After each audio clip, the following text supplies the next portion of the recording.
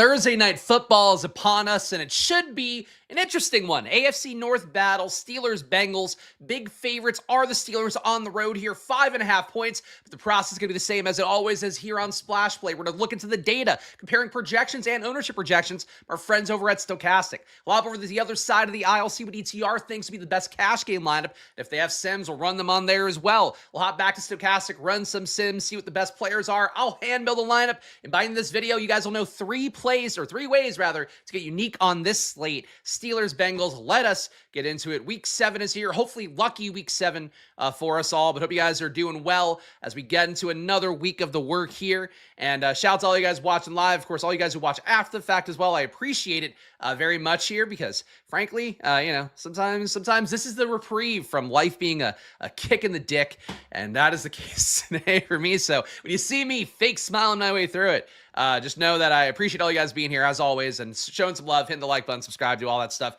Check out the sponsors too. That's the kind of attitude. Liked on the way in. That's my man. Appreciate you being here, my lanes. And shout out to all you guys. Let's get into it though. We got Ja'Marr Chase, number 1. He is on the thumbnail. He should be the most obvious play of the slate. Joe Flacco's debut last week. Tough Packers defense on paper. We still saw 10 targets go Ja'Marr Chase's way. 5 go T. Higgins' way. On the year as well, and this is something that I beat the drum of pretty much every week last year, and we saw it really materialize in the fantasy playoffs down the home stretch of last season. But T. Higgins and Ja'Marr Chase last year, very similar roles. T. Higgins getting targeted more in certain situations, games as well, where they're getting targeted in the red zone. Very similar workloads there.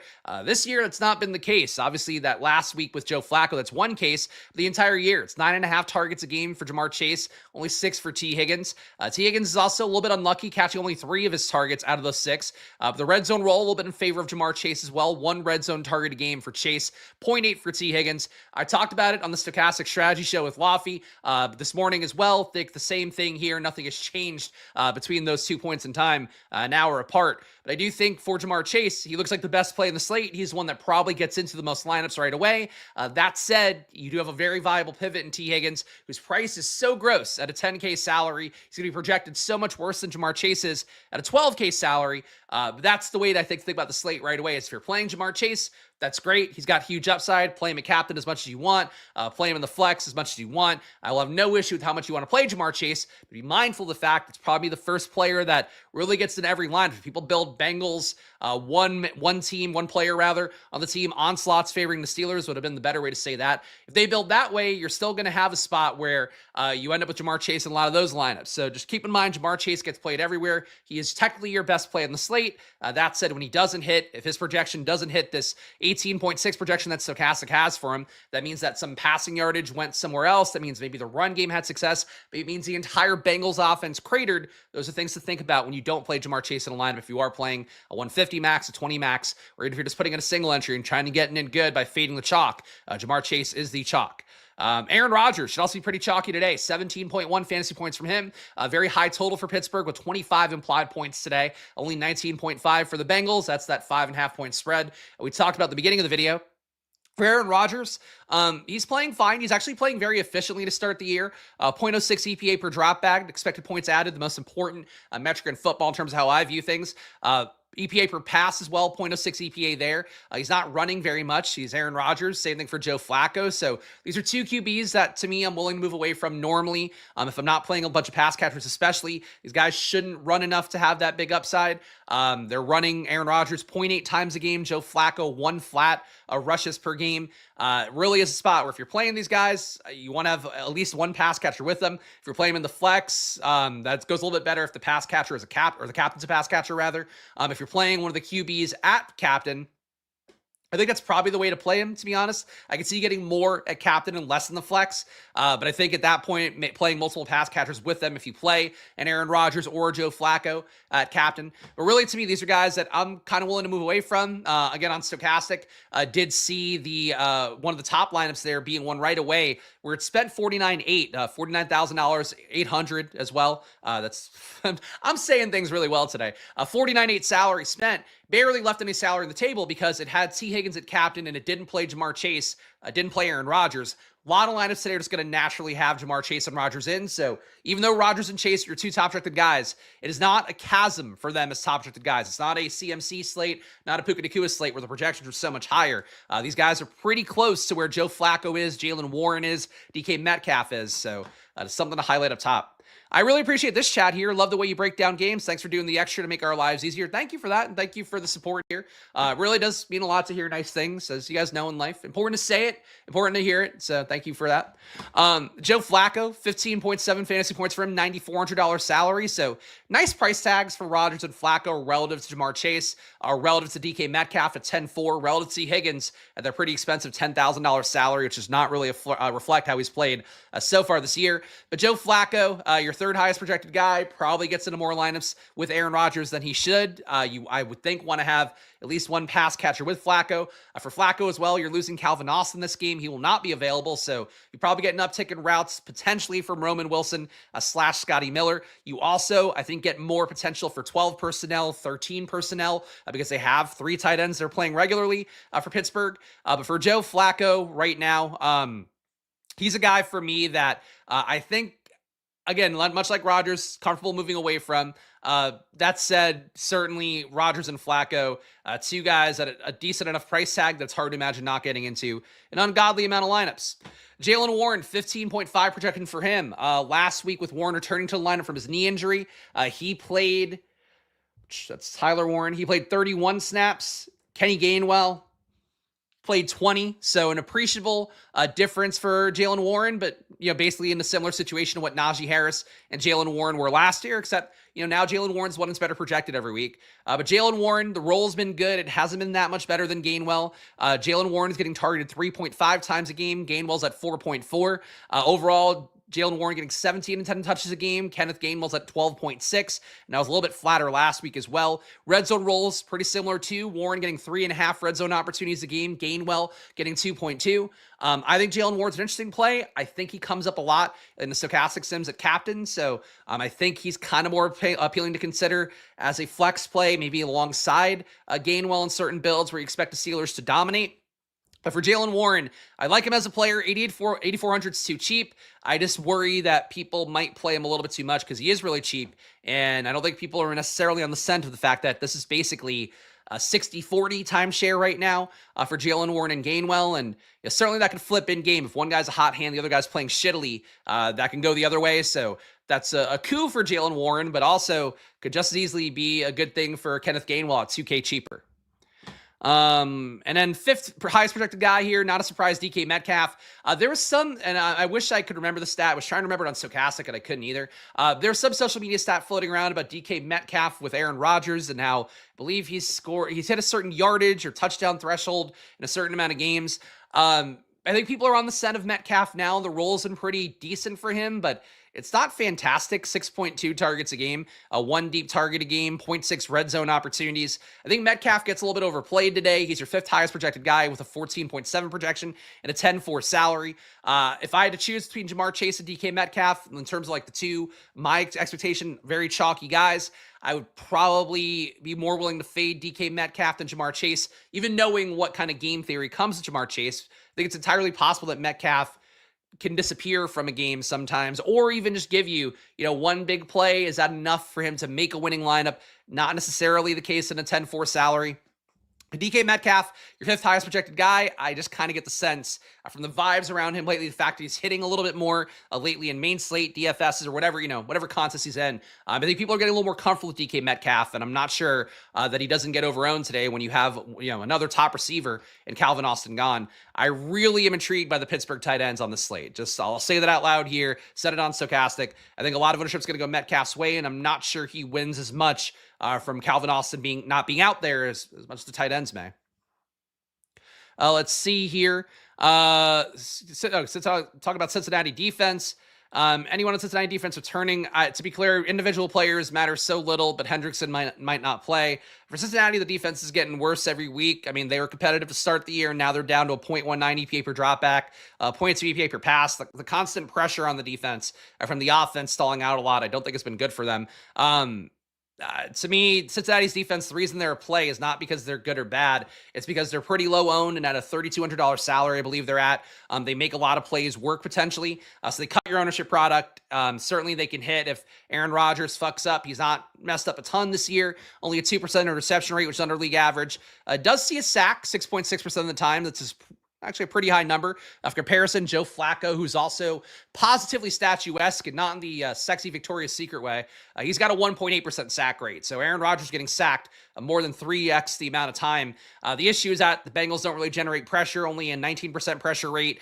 For comparison, Pittsburgh's generating pressure a very high 31% amount of the time. I think that Cincinnati's defense is not like a good play. Doesn't matter if Hendrickson plays or not. The only thing that they're going to be good at is that they're going to be like 10% owned, and defense is about as variant as any position on a showdown slate. Not sure if it's a digestion or a feeling, but I think Yoshevich will be needed. One thing I'll say for Yoshevich is that he's playing a lot of snaps per game, playing 47.5. T. Higgins is playing 50. Jamar Chase is playing 54.5, so he's out there a bunch. He doesn't command targets for shit, only a 10% target per out run rate, but for a showdown, again, showdown, you're willing to play Yoshevich. On a main slate, if you play Yoshevich, you are just a fucking idiot. That's not to you specifically, cards, after you said something nice before, but that's really those guys on a showdown. Yes, always going to be in play. Especially on a slate, too, where people are going to chase tight end because you have no Tanner Hudson today, no Mike Gesicki. He's on IR. So certainly people will be chasing tight end more. That makes your wide receiver 3 a little bit more appealing just because of the game theory of that. Top values according to Stochastic data here. Ben Skronek at his $200 salary gets a 1.7 projection. We'll see how much he comes in to a lineup, but Skronek, one of those guys, does run block pretty well, so he's definitely got a shot to earn more routes. In addition to Roman Wilson, in addition to Scotty Miller, these guys are all kind of functionally the same play, except there's probably more big play upside for a Roman Wilson or for a Scotty Miller. I mean, definitely for Roman Wilson. Scotty Miller always feels to catch a touchdown at inopportune times. For Skronek, he's going to be out there, even if he plays like 30 snaps, he's going to be out there run blocking for the most part. Cam Grandy, your tight end, who's going to get some more theoretical work here because of no Tanner Hudson, no Mike Gesicki. It's certainly possible it just ends up being an endless amount of Noah Fant and of Drew Sample. You can play Cam Grandy, though, at $200, and he's probably as credible as Drew Sample is, to be honest. Drew Sample, not a super good target earner. Let me just take Tanner Hudson off my sheet because I still had him on here. I thought there was a chance he might play, but he's already, I believe, been ruled out. But Sample's getting targeted 17% of the time he's running a route. For comparison, Noah Fant's getting targeted 29%. I think it's not crazy to play Cam Grandy just as the unknown there. But I think there's going to be a lot more comfort with Fant and Sample, guys that have been meaningfully getting work in the system this year for Fant, last couple of years for Sample. Scotty Miller, I guess here comes Drew Sample right behind Cam Grandy. He's 600. So really, Cam Grandy, Drew Sample, not exciting plays, but the kind of plays that can catch a touchdown, maybe give you 30 yards. They are unfortunately in the hunt. Grandy's more likely outcome probably is more like a one catch for a touchdown thing. But I think on this slate, unfortunately, they're both very in play. Scotty Miller at number 4, 1K salary, 3.45 projection for him. Not a fun play, but I think people will go to Roman Wilson first. So a lineup where you might play Roman Wilson, playing Scotty Miller instead would be a logical thing to do. Wilson, though, at 1,200, Scotty Miller at 1,000. These guys have had very similar roles overall the course of a year, obviously with Calvin Austin mostly playing, but 12 snaps per game for both, 11.8 for Roman Wilson if you want to be accurate to the decimal point, 12.2 for Scotty Miller, 8.5 routes a game for Roman Wilson, 6.4 for Scotty Miller. So neither guy super involved. When Roman Wilson is out there, they're at least trying to give him the ball a little bit more. A 9% target per out run rate for Roman Wilson, a 3.1% for Scotty Miller, which is like a joke. They'll be out there more. How much more they'll be is relative to tight ends. I would be mindful, though, with Scotty Miller, with Roman Wilson. I don't think you want to play those guys in a lineup if you're playing Darnell Washington a bunch. If you're playing Pat Freiermuth, you might want to make rules. More of a solver thing, but I guess on a stochastic sim you can. Like max 2 out of the Pittsburgh tight ends / receiving core, who isn't DK Metcalf. I would start to think about it that way. Remember, projections pull from each other from the median outcome of any player. So if Scotty Miller doesn't hit this 3.5 projection, the odds are higher that Roman Wilson hit his projection or a little bit above it. The odds are higher that Jonnu Smith, Pat Freiermuth, Darnell Washington hit their projection or a little bit higher. That's just sort of how it should go. So many unexciting whites. Scotty Miller, I feel like, has made exciting plays, but yeah, for whatever reason in Pittsburgh, he is the least exciting, but we know he can do it. The slate has so many punt plays. I wonder if that makes field goal kickers better options. Depends what the ownership is, but certainly when you have a lot of cheap plays, it's hard for people to kind of signal around a few of them. It did seem like, based on the stochastics I ran before the show, though, that a lot of the ownership for cheap players congregating around Noah Fant. It was Noah Fant, Bengals D, and Darnell Washington were like 20% plays. Everybody else 10% or less. We'll see what it looks like in a moment here, but that was the initial read. And Darnell Washington, number 5. Do you think people will be on the scent a little bit here? Laffy brought him up as one of the first plays on the stochastic stream we just did. 6.7 fantasy points, the projection for him at a 2K salary. It's going to make him come up a lot naturally as well, at least vis-a-vis stochastic data. Darnell Washington played a ton of snaps last week. He got himself up to, I believe, 40 snaps. 47 snaps last week, and then before the bye, he had 48. Pat Freiermuth's role has diminished substantially. He's down to 21 this past week, 15 the week before the bye, so he's basically getting half the snaps of Darnell Washington. Jonnu Smith still out there a bunch as well. He played 41 snaps this past week, only 13 the week before the bye. I'm not sure. Did he get hurt in game? That might have been it. Anyway, for Darnell Washington, he's playing more snaps. He's getting targets at a decent rate. He's also a freak athlete. I just think at 2K, I think people will be a little too excited to play him, but we'll see, because my big thing here is like casual slates, Thursday Night Football, Monday Night Football. You end up with people kind of gravitating towards names they know. A lot of people playing tonight will probably go, oh, Pat Freiermuth, I know him. He's a guy that's played there for a few years. He's got a decent contract. His role has been diminishing, though, so that makes Darnell Washington the better play. But if that ownership isn't there from casuals going to Freiermuth kind of becomes a better play, because he might steal some opportunity from Washington. I think John is a good play no matter what, because I think he's got pretty good touchdown equity. He's getting targeted about a quarter of the time he's running a route. But Darnell here projects well, pretty cheap, and he'll be one of the top values that come up sim-wise. Anything else to note here? Your defenses not looking like great values. Bengals D at 3,200, only a 5.5 projection on them. Steelers at 5,800, really expensive price tag. They have a decent 9.1 projection, but it doesn't feel that high. They're going to come up a ton naturally with the data. We'll see what we get here when we go to ETR stuff in a moment. Let's go to stochastic ownership. And of course, if you guys want to see this data update as the day goes on, check the link in the description or use the promo code SPLASH over at Stochastic. It's a big way to support the show. And also, really, the stuff I show you here, it's at 12:19 p.m. on the East Coast right now. The data moves, they update stuff as we get closer to lock, as more data comes in, as guys get rolled in, get rolled out, as the Vegas totals move. So it's always a moving target, but really do check the stuff out, whether it's the expensive stuff you're paying for, the Sims, with all access, the cheaper products, just the data stuff, the lineup generator. It's all 15% off the promo code SPLASH. So please do support the show. Half the money you pay to Stochastic comes back to me, and it's a big way I can afford to do this with the level of detail that I do. Your top owned players, according to Stochastic. Jamar Chase, 64% ownership expected overall, 21% of captain. Again, he's as chalky as could be. Really strongly believe nobody besides the players that understand game theory and are willing to lose their money will go to T. Higgins tonight. T. Higgins absolutely does not deserve a 10K price tag, but he is so much leverage directly on Jamar Chase. Even though I do think Jamar Chase outscores T. Higgins 7 out of 10 times, really want to be mindful. If we're not playing Chase chalk, we want to leverage against it, diversify our portfolio to give us shots and lineups where we're not playing kind of the expected outcome. Jamar Chase is going to be the expected outcome. T. Higgins is not going to be. So that's the push-pull there. Aaron Rodgers, 64% ownership expected for him, 13% of captain. Feels like a lot for Aaron Rodgers. Again, really feel like the receivers here, especially on full-point PPR sites, can sort of easily potentially outscore the QBs.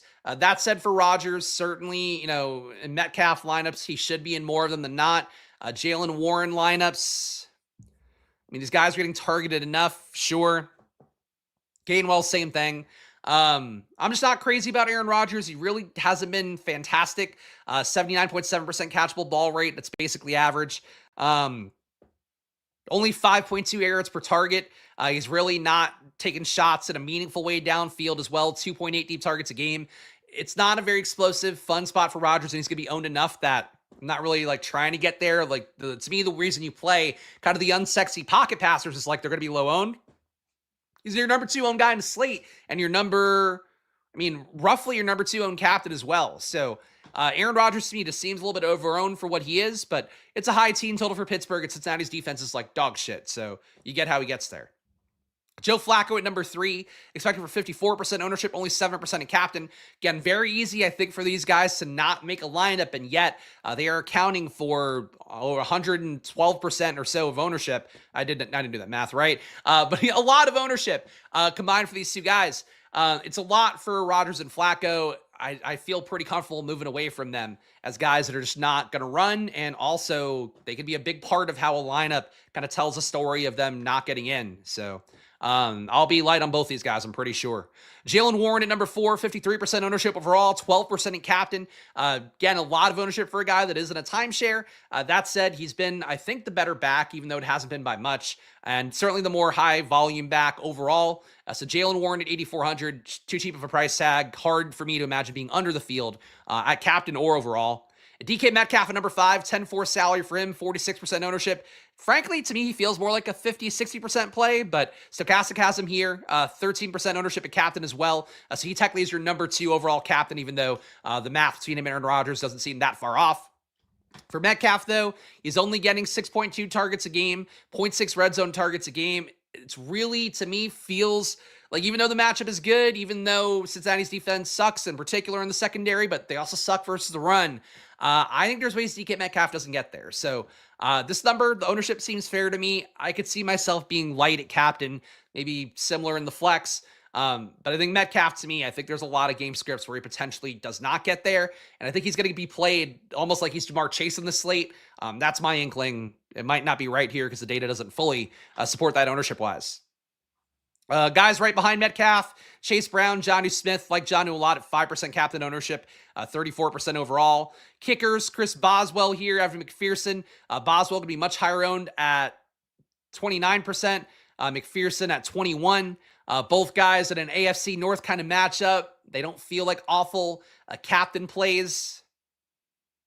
If frankly, Warren, Metcalf, Rodgers all being owned kind of makes Boswell in particular a compelling captain play because of the game theory there of how Metcalf, Rodgers, Warren don't hit at captain as more field goals or drives just kind of getting to like a 50-yard field goal range that doesn't go any further than that. And certainly there is a world where the Steelers defense oppresses Joe Flacco enough and you just see Boswell kick a little bit more than usual. There's a lot of outs for Boswell today, and I actually like that ownership here at captain and the flex. But certainly he'll be more owned than Evan McPherson. So McPherson going to be leveraged directly on Boswell. Hopefully you guys understand the showdown math at this point. Steelers D at 18% owned feels a little bit light, only 2% at captain. Kind of wouldn't be surprised to see this be one of those spots where it's like Stochastic and ETR just off. They end up being much more highly owned. The total here being under 20 for Cincinnati. Steelers D rounding into form. I think people are going to play Steelers D a little bit more than the data assumes. But the price tag is rough at 5,800. I like them too. But I think it's like this is one of those plays that players will make more and the data will make a little bit less. It's going to be way higher owned. I agree. I think Steelers D is going to be like 25, 33. The price tag will keep them in check a little bit, but I think they're going to be a little bit higher owned. I hate no QB builds, but this might be the night. I like no QB builds more than most. I think it just depends it just depends on the lineup you're putting around it, but it's very possible, especially on PPR sites, for QBs to not make it. And especially with how QBs are priced now, it's not like a couple of years ago where QBs were appreciably cheaper. When you have slates where the QBs are like 10K each, it's very easy for a successful pass catcher or even a running back to get there over them. But that's, it could be anecdotal more than hard data. Samaje Perine had a bit of a roll increase last week, more pass game work at 4,400. He's under 10% owned. Pat Freiermuth under 10%. Scotty Miller under 10. Caleb Johnson, Roman Wilson. Caleb Johnson I probably wouldn't go to today. Felt like he got the work he got at the end of the game last week. But, he did get some work. Drew Sample at 3%. That feels unlikely to me. These guys, honestly, not too highly owned. So there's ways to get unique on the slate. I'll just say that if you can't see it yourself. Let's go to the solver next, though. You got to read on the stochastic data. Let me log in here. Let's do that. Phone shitters not accounted for in ownership projections. I mean, ownership projections do, and Stochastic and other sites out there, ETR, do try to manually move stuff a little bit more for trying to represent what they think the casual players will do. But ultimately, they're never as close as they should be on that. And that's no disrespect to either site. I think they do the best job they possibly can. But we see it every week with your Darren Wallers being, like 15% higher owned 1 week than stochastic and ETR both expected. There is a certain thing to casual players that can be hard for an algorithm to pin down. Let's build our cash game lineup first here, though. And let's just move the decimal points a little bit so the solver will run. And just not really moving them, just moving them enough so the solver does what it's supposed to do. We'll build 25 lineups, see what the optimal is right now. But guys, if you get any value out of this video before we look at this lineup, please do show some love. Subscribe down below, hit the like button, leave a comment. All goes a long way for me here. Just one dude showing you my gambling as best I can. And of course, on these videos, whenever it is one where we've got the showdown slates, the main slate, tomorrow as well, our must-plays video, always want to make sure to get over 100 likes because it's been helping out fight the YouTube algorithm here. And again, I'm just one dude. I have no producers. It's just me here showing up as best I can, using the tools, using the data. So if you get value out of it, even if you're just fading everything I say, as hurtful as that may be, please subscribe down below, hit the like button, leave a comment. Check out Stochastic, link down below, 15% off solver, no discount, but it's also linked down below if you want to support the show and get access. And of course, the Discord, if you join the YouTube channel, click the link in the description. You get added to the Discord immediately. It's a great place to be, great community we're building on there. A lot of guys I like, which is all I ever want in the world, is to be in rooms where I like people, but not because they're sycophants to me, just because like they're nice guys, and we're all just kind of trying to meet the same goals here of get it in good as best we can across football. It all sounds so homoerotic now. It's a lot of guys there who like to get it in good. Join the channel. You'll get access to the Discord. It's a good place to be. And you get my data sheet and the premium video, which will be back tomorrow. But got to figure some shit out with NBA scheduling coming up. Anyways, cash game lineup right now, according to ETR data, Jaylen Warren at captain, Jamar Chase in the flex, Aaron Rodgers, Joe Flacco, all the same chalk we probably would see from a stochastic option, be my guess. Jonnu Smith, Darnell Washington, 2 tight ends make it. So right away, we are fading DK Metcalf in the optimal, which is noteworthy. Kind of thought he might make it in over a Flacco. But yeah, that's it. A 4-2 build with Jaylen Warren at captain would be your cash game lineup.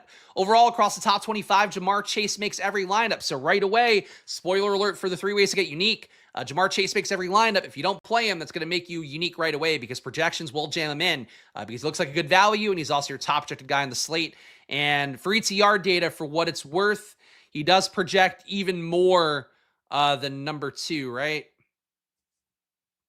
Yeah, so ETR has Jamar Chase at a 19.1 projection, let's say. Aaron Rodgers at 16.7. DK Metcalf at 15.3.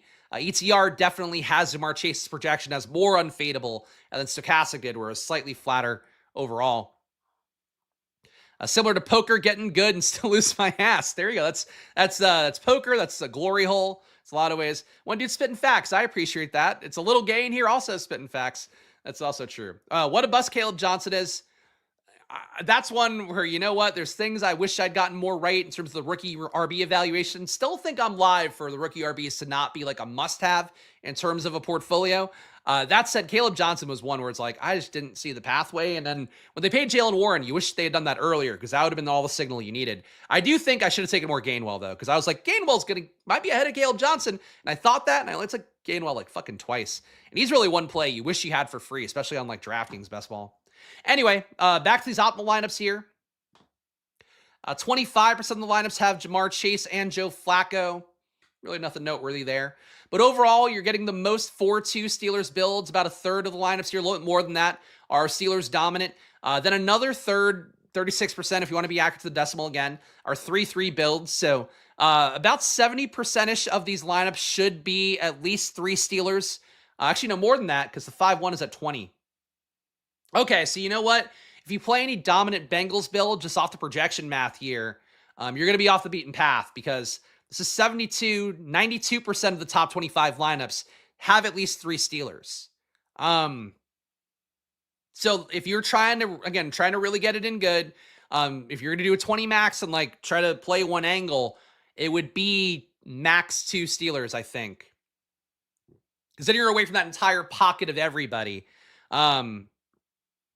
So yeah, the math will support, obviously, and people will want to play Steelers dominant builds because they are a big favorite. People, I think, know at this point Joe Flacco's not that good. I also, frankly, think the field gets now that a QB who drops back a lot is more susceptible to volatility because I feel like I see that more on slates where defenses get played against guys who have a lot of dropbacks. For Flacco, I mean, like I get it. I get why you would go to a Steelers dominant build, but if the Bengals hit, even if they don't win the game, like they could still get 4 guys into a lineup potentially. That's going to be more unique than it should be. But let's put variants on. Let's also put our main slate boosts on. Or showdown main slate boosts. Which is not the way to say that, but whatever. And we got 3 max players. Let me take off the max ownership as well. And we're not forcing stacks. We're just giving boosts. Honestly, should probably boost RB more. But basically a 25% boost for pass catchers. That's fine. All right. Let's sim this out here. The variance is on. Okay. Solver, like, sometimes we'll say the variance is on and it isn't. Just if you use the tool, just keep that in mind. You got to actually double check to make sure it's active. Thought it was weird to see so many Steelers when Bengals are more concentrated. I mean, it's just because the total is so much higher for Pittsburgh. I mean, for Pittsburgh, a 25-point total is like an appreciably high total. For Cincinnati, a 19.5 total is low for what the Bengals are historically. So if I had to guess, that's like the primary equation you're seeing. But we're going to run a sim here on ETR. We're going to sim on Stochastic too. So let's see how this comes out. Of course, if you don't watch the videos or you haven't seen them before, the solver is more of like your traditional fantasy cruncher optimizer plus a sim on top. Stochastic generates kind of the optimizer pool for you on their own, and you don't really see that part of the process, and then you sim off that. So they are different. I like the solver a lot because you get more control, but certainly if you're just trying to get lineups in good and, frankly, results, I would say I have been favoring Stochastic a little bit more this year. That's how that goes. Let's sim these in the Millie Maker or slash the whatever 500K to first. And you can diversify your lineups too, build a portfolio if you want, but I'm not going to do that here because it takes a little bit extra time. Happy to help, Chris. I try. It's fucking, it's football still. But yes, it's really the totals. Like the totals really high for Pittsburgh. But you get it because the Bengals D has like really been not good at anything. They're not good at the red zone either. Like they're not good at in any facet of football. That would make you think they can inhibit the Steelers. Steelers can inhibit themselves. Like that offense could slog out. But they're passing a lot this year. Kind of surprising. Pittsburgh only a negative 0.4 passer over expectation, and that's everywhere and in the red zone. Just a thought. All right, your top sim lineups right now, according to ETR. Number 1 is Flacco captain. Wow, okay, so look at this shit. I'm actually gonna move over here so you can see the full graph. This shit doesn't win very often. This, in fact, finishes you at the bottom of the pile 6% of the time, which is not usually what you want to see. You do want to see the V curve here, but I think the point is that this just won't get played enough. Flacco, Kenneth Gainwell is your 1 Steeler as a bring back. Jamar Chase, T. Higgins, Noah Fant, Yoshevich. So I talked about playing more Bengals and how it's a way to get unique. Here you are seeing the most extreme example of it, where when it hits, you are winning all the money for this quadruple stack. Yeah, Flacco plus 4 is bold. No shit. Quadruple stack for Joe Flacco. But frankly, though, I think this is the way to do it. Like a little bit less Flacco in the flex, a little bit more a captain, and take the big swing at him hitting and how that looks. Flacco again here. The top 4 lineups are all Flacco captain. Flacco, DK Metcalf, T. Higgins, Noah Fant, Andre Yoshevich, Chase Brown. So not only are you playing the Flacco quadruple, you're also fading Jamar Chase to get even more unique. So no dupes expected if Joe Flacco goes bananas here. ETR users may be there.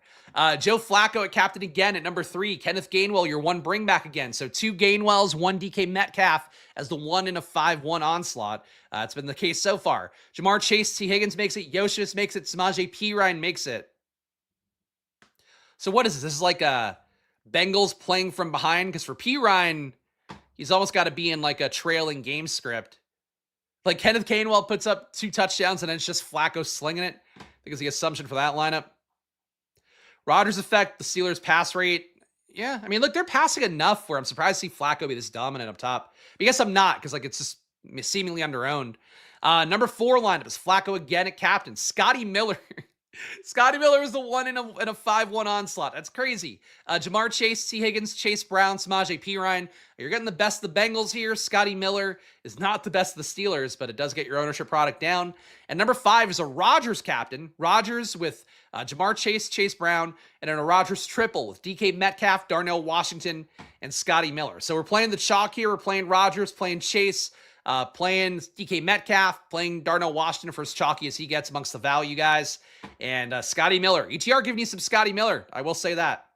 All right, overall, your highest ROI players. Ben Skronik is in barely any lineups, but when he does hit, he wins a lot of money. 267% ROI for him. Bengals D also in barely any lineups, and when it does hit, it's got a 201% ROI, so people won't play the Bengals very often. Not surprising to see that. T. Higgins, only 20% exposure, but when he does hit, 191% ROI. Again, really likely that Jamar Chase outscores T. Higgins, but if Chase doesn't get there, the odds of Higgins being useful in the flex, maybe even at captain, it increases a good amount. Yeah, that's it. You just need Scotty Miller towards the defense. That should be easy, right? Samaje Perine, 185% ROI, only 4% exposure, so not a guy getting played a lot, but when he does hit, he hits pretty well. And Andre Yoshevich at number 5, 172% ROI, a 16% exposure. Said it a few minutes ago, but again, Yoshevich is playing 47.5 snaps per game. That is not insignificant, and he's running routes when he's out there, 28.3 routes per game. It's only 33 for Higgins, 35 for Jamar Chase. It's not a chasm. Yoshevich is super not talented, but again, if Jamar Chase doesn't hit, if Higgins doesn't hit, the odds of Yoshevich and multiple tight ends hitting, or the offense just cratering, just gets higher. Yeah, that's it. Chase Brown, not too far behind. Freiermuth has a decent ROI when he's played, which is not very often. Gainwell, decent ROI. That's CTR data. Let's go to Stochastic next, see what they have. I don't think I need to rerun things because I'm pretty sure this data has not updated. Yeah, okay, this hasn't updated, so I'm going to show you guys the sim I did before here. Again, check out Stochastic data, Solver data. It's all linked down below. Promo code SPLASH on both.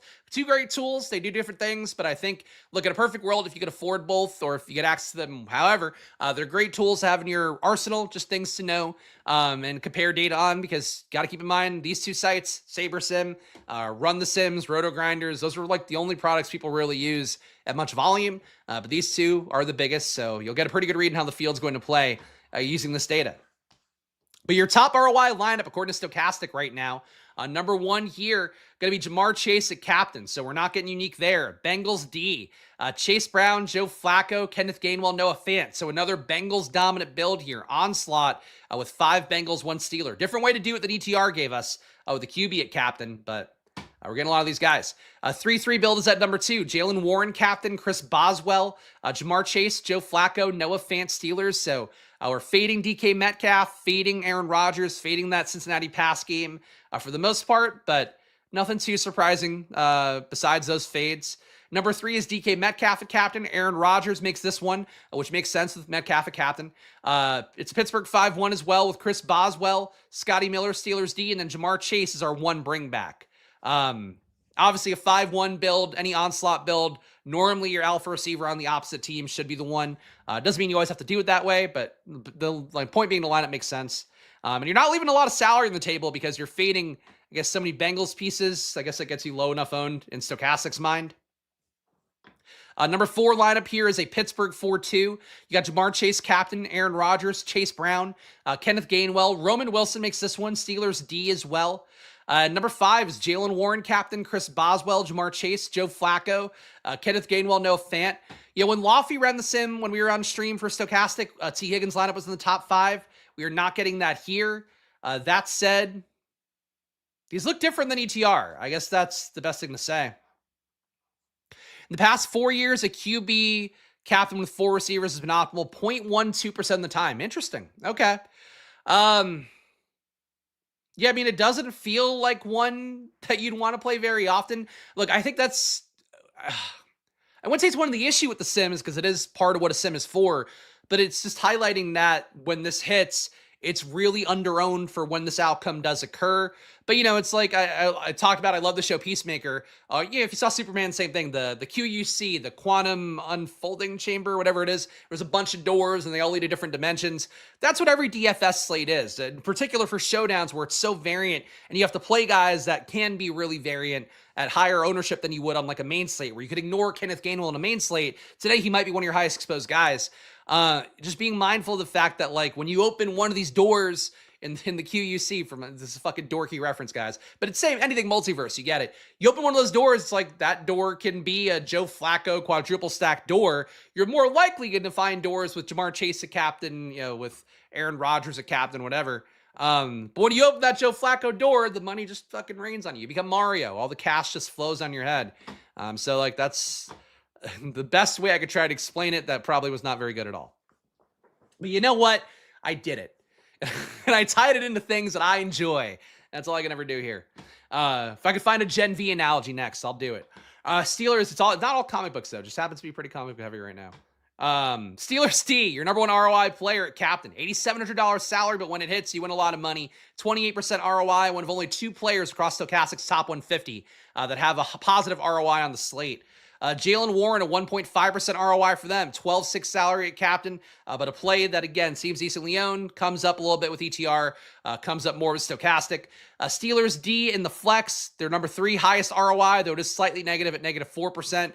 Bengals D as well in the flex, a -11% ROI, but we care about the directional accuracy of the sim and the ROIs more than anything. For the Bengals D here, it's your number 4 ROI player on the slate. Joe Flacco, not too far behind. Jalen Warren, not too far behind. But your top 5 is Steelers D at captain, Jalen Warren at captain, then Steelers and Bengals in the flex, along with Joe Flacco in the flex. Overall exposures, your highest exposed players. Why is this only including captain? Highest exposed players, Jalen Warren, 51% exposure in the flex, fields at 40. You're getting 11% leverage in Stochastic's top 150 lineups for Jalen Warren in the flex. Joe Flacco, a little bit above the field, 48.7% exposure in the flex, fields at 46.2. So a slight fade on Aaron Rodgers. He's at 49, and the field will be at 51, and a little bit more goes to Joe Flacco. So you're just kind of fading the higher salary guy, slightly higher projected guy. That's fine. But really, it is, I guess, noteworthy that the flex plays here for Stochastic. They are not saying go into the field on QB. My instinct is like, I'm more willing to fade Flacco and Rodgers, and that's what the Sims are here for. It's like a little bit of a reality check. For Flacco and Rodgers, these guys, despite being so chalky, despite being totally immobile, they're making lineups a good amount for Stochastic, at the very least, in line with the field. Chase Brown, 45% exposure in the flex, fields at 36, so a stand in favor of Chase Brown, who certainly can be a PPR scam. I don't love that he lost work to Pirine last week. In terms of snap count, Chase Brown was at 35 snaps last week. Pirine got up to 30. That is closer to 50-50 than I realized. I did not look that up before the show. The week before that, though, frankly, it also wasn't that far off. Pirine played 29. Chase Brown played 33. Man, all right. Huh. That's a big cosign on Chase Brown with the workload leveling out more than you'd want with Pirine. And Jamar Chase, 44% exposure, fields at 42. Not really a big stand there, but he looks fine in the flex as well. Overall, at captain, your highest exposed captain's Jalen Warren, 20% there, fields at 12 in Stochastic's top 150 lineups. Jamar Chase, 19% exposure at captain, fields at 21, so slight fade there, but nothing noteworthy. Steelers D, 9.3% at captain, fields at 1.3, so a decent stand in favor of Steelers D at captain. DK Metcalf, 9% exposure, fields at 13, slight fade there. And Aaron Rodgers, 9% exposure, fields at 12. So it seems like really just a big stand in favor of Jalen Warren and Jamar Chase. Definitely a big stand in favor of Steelers D at captain. But everything else is really flat. Just a bunch of guys between 1% and 10%, including Metcalf, Rodgers, Chase Brown, Flacco, T. Higgins, Jonnu Smith, Gainwell, Fant, even Evan McPherson. No, Roman Wilson makes it. Okay. Highest leverage guys overall. Steelers D in the flex, Jalen Warren in the flex, Bengals D in the flex, Chase Brown in the flex, Kenneth Gainwell in the flex. Biggest fades in Stochastic's top 150. DK Metcalf in the flex. You're getting 14% less in the field. T. Higgins, 11% less in the field. I hate to see that. I really just think the fact that he's not Jamar Chase is the thing that makes Higgins the most appealing. 10K salary, though, is pretty brutal. Yoshivas, you're getting negative 9% leverage. You're barely playing him, only 2% overall in the flex. Darnell Washington, slight fade here in the flex, negative 8% leverage. And Jonnu Smith, another guy I like, negative 6% leverage. Well, fuck me. I don't know how this hand build's going to go, but let's do that. Single lineup sim. All right, showdown. Large contest, same settings we had for the sim. 35% to first. All right, how do we get unique in a way the sim isn't going to totally shit on me? All right, I said this with Laffy, and this isn't like one of my favorite plays on the day, but I want to see how it sims out. I'm going to go Boswell captain, so we're fading the overall production for the Steelers. But, AFC North battle, maybe Cincinnati lets them move the ball pretty well, but they end in field goals. I think that's going to be my hope here. If we're kicking a lot of field goals, that means that we should have some yardage. So Jalen Warren in the flex, I think, still works with this. DK Metcalf in the flex, nah. We're playing Boswell at captain, so let's just get some Bengals stuff in. We can play Jamar Chase then, because we've decreased the ownership product enough that we could play the sort of expected chalk here from Cincinnati. Certainly, you could fade Jamar Chase on top, but at that point, I think it's got a very low probability of simming well. So we got Boswell captain, Jalen Warren, Jamar Chase. Steelers D getting to Flacco. I can live with that in the flex as well. We're just saying the ball is sort of on the Steelers side of the field a lot here. Does that mean DK Metcalf gets there or no? I don't think he has to. Let's go Rodgers here. And that leaves us 5,900 left for one more spot. Play two kickers with McPherson. I like Jonnu Smith. I'm going to go Jonnu. So 5-1 build here, 1,900 left on the table. So we're playing a thing that I think the Vegas total supports, a 5-1 Steelers onslaught with Chris Boswell at captain, Jalen Warren, Jamar Chase, Steelers D, Aaron Rodgers, Jonnu Smith. All right. 63% ROI. I will take that. I was not confident that was going to be good. 0.3% win rate. I think that's it. I think it's a job well done for this video. I'm going to give you guys 3 ways to get unique on the slate. Before I do, though, please do one last run through plugs. Please subscribe, hit the like button. Again, calling the video a little bit early here to give you guys who are rewatching after the fact, hopefully a shorter video to click and get the info in out. But I appreciate all you guys who watch live. Appreciate you guys who watch after the fact as well. If you watch after the fact, leave a comment too. I do reply to everything as always on here. But of course, do subscribe, hit the like button. It all goes a long way for me here. Just one dude showing you my gambling as best I can. Stochastic, 15% off. Link down below, all the data, all the sim stuff I just showed you. It's all available to you with promo code SPLASH. NBA coming up too, and that's 15% off too. So a lot of good deals on Stochastic coming up. Just click my link, take whatever deal you want, but the promo code SPLASH one is the best one because it gets you 15% off in perpetuity, not just that first month. Solver, link down below as well, promo code SPLASH on there, and join the Discord, $5 to join. You guys know the deal here. If you join the channel, you get access to the Discord. You also get a premium video every week, get my data sheet as well that I use for all the stats I reference here. That is dropped in the lovingly on office.com, and you can see it for yourself the same way I do. But join the channel. It supports me, supports you. We all get joy out of it. All right, 3 ways to get unique. Number 1, fade Jamar Chase. That's just like whether it hits or not, it's the most obvious thing to do on a slate. He's going to come up really naturally. He's a play that people want to play. And Steelers D as well, even though it is rounding into form. Like, you get Jamar Chase, catches out of the backfield. There's a lot of ways that it could work out for him that people will assume that he'll be fine. That said, if you fade Jamar Chase, you're away from so much ownership, and you free up a lot of money to play basically whoever you want besides him. Number 2 way to get unique here. Seems like playing the defenses. Sims support that a good amount. Steelers D to me is the most credible here. They're getting pressure about 31% of the time. And Joe Flacco has been really inefficient and frankly probably due to get sacked more. Only a 2% sack rate for him overall. He's seeing pressure 39% of the time. That's due to get worse. I think that one way this game becomes an absolute dog shit mess is the Steelers getting to Flacco over and over again. So Steelers D looks appealing, but Bengals D, nobody's going to play it as well. And that's just what the slate is. They're not being played. Steelers D is really expensive, but I still think they're a good play. Assuming they don't get steamed up ownership-wise like crazy. Third way to get unique here.